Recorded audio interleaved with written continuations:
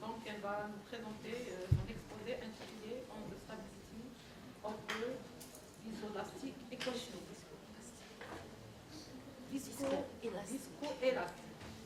Viscoélastic equation de l'université de Gilles. Donc, bismillahirrahmanirrahim. Tout d'abord, je vous remercie les organisateurs pour l'organisation de ce séminaire. Donc, dans cette présentation, on va donner un résultat sur la stabilité d'un problème viscoélastique. Donc, tout d'abord, on va poser le problème. Ensuite, on va donner un résultat sur l'existence d'une solution faible. Et après, on va présenter quelques lemmes utilisés pour la démonstration du résultat principal. Et le résultat principal de cette présentation est de donner la décroissance de la fonction de l'énergie d'un problème viscoélastique. Donc, le problème étudié dans cette présentation est le suivant. Donc, on considère l'équation viscoélastique donnée sur le domaine oméga 3, 0 l'infini. On associe la condition au bord U égale 0 et des conditions par rapport à la deuxième variable T sur oméga toujours 3, 0 l'infini. Donc, oméga, c'est un domaine bordé de Rn. G est une fonction positive et décroissante avec m supérieur strictement à 1. Donc, on va étudier la stabilité de la fonction de l'énergie de ce problème avec des conditions plus générales sur la fonction, présenter la fonction G qui représente la relaxation du problème.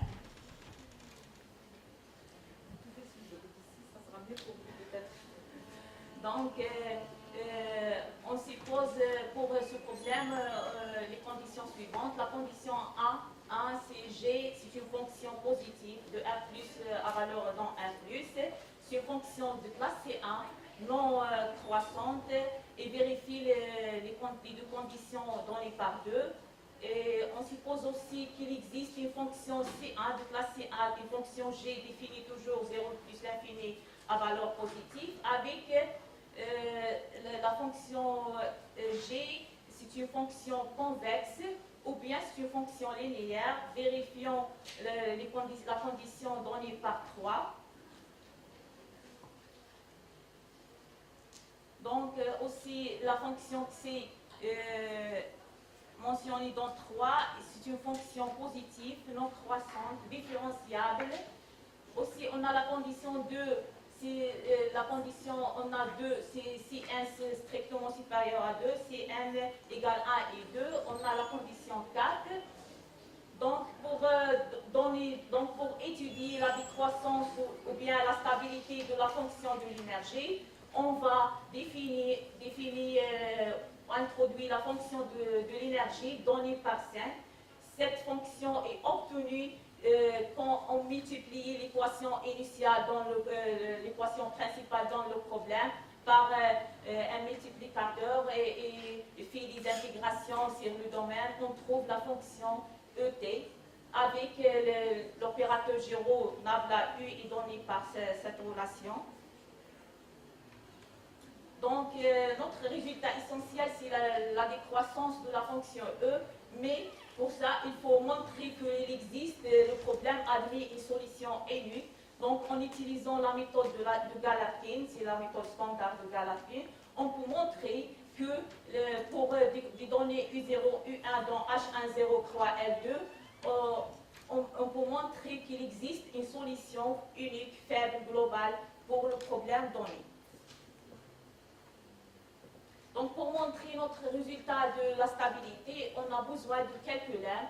Le premier lemme, c'est pour tout U dans H10, on a l'estimation donnée par 6, avec C alpha est une constante donnée par la relation suivante, et H de T est donné égale alpha G moins J'. Le deuxième lemme, c'est toujours sur les conditions A1 et A2, si on considère la fonction psi1 donnée par c'est l'intégrale de u fois u de t dx. Cette fonction vérifie l'estimation donnée par 8.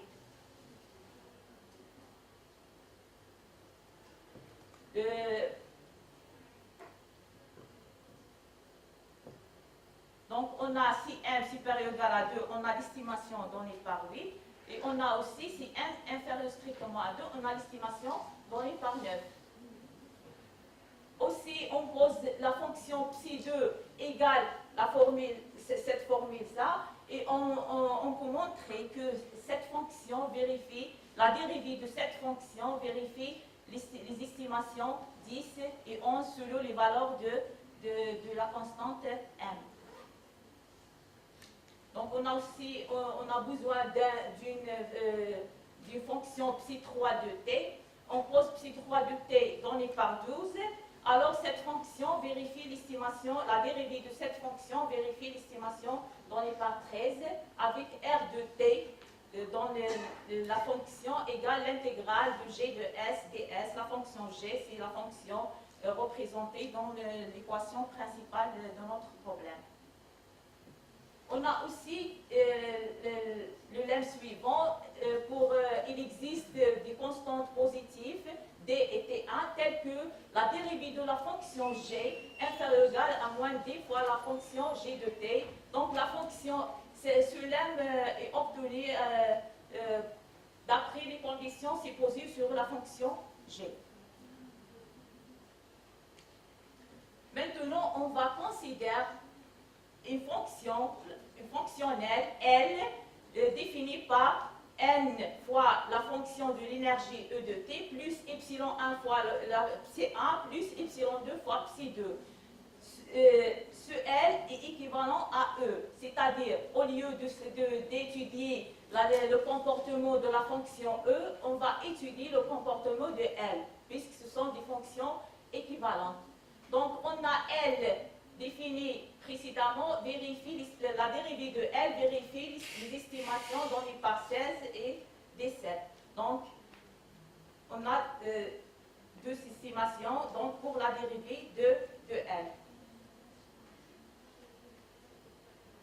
Donc, notre théorème principal sur la stabilité ou la décroissance de la fonction de l'énergie, c'est le théorème suivant. Soit U0 toujours U1 dans H10 et croix L2 est donné, selon les conditions données par rapport à la deuxième variable T. Supposons que A1 et A2 sont, les conditions supposées que A1 et A2 sont vérifiées, alors il existe constantes positives. Des constantes positives, C1, C2, K1 et K2, telles que la solution de l'équation du problème 1 satisfait les estimations suivantes, c'est la fonction de l'énergie. Donc, on a, si G, c'est la fonction G dans les conditions A1 et A2, c'est la fonction grand G et linéaire. On a E de t inférieur ou égal à une constante C1 positive fois exponentielle moins C2, une autre constante positive fois l'intégrale de T1, T2, C2, S, ds. Et si G non linéaire, on a l'estimation donnée par 19 avec le G1 dans l'estimation 19 est donnée par l'intégrale suivante. Donc, c'est écrit sous la forme de l'intégrale de T de R1 de ds sur S fois G' de S. Le deuxième théorème, c'est le suivant. Donc, on suppose U0, U1, les données proposées. Donc, supposons que A1 et A2 toujours vérifient et M entre 1 et 2, alors il existe des constantes C, M5, M6, telles qu'on a les estimations 20 et 21. Donc, c'est le résultat principal de notre travail. Donc, je termine par une liste bibliographique. Donc, ce problème est réalisé avec le professeur M. Lee de l'université Sharira. Donc, la fonction de l'énergie, on montre ici, on dit que les conditions supposées sont générales, puisque la fonction ici, G, dans l'équation, qui représente la relaxation du problème, il vérifie une condition plus générale si G' inférieur ou égal à moins une fonction de t fois une fonction globale grand G de J de t, quel que soit t supérieur ou égal à 0. Donc on montre que la fonction de l'énergie est décroissante. Quand t tend vers l'infini, l'énergie tend vers 0. Donc c'est une condition plus générale. Donc on peut trouver de cette estimation obtenue, on peut trouver la décroissance de la fonction de l'énergie de type exponentiel, aussi de type polynomial. Merci, je termine la présentation.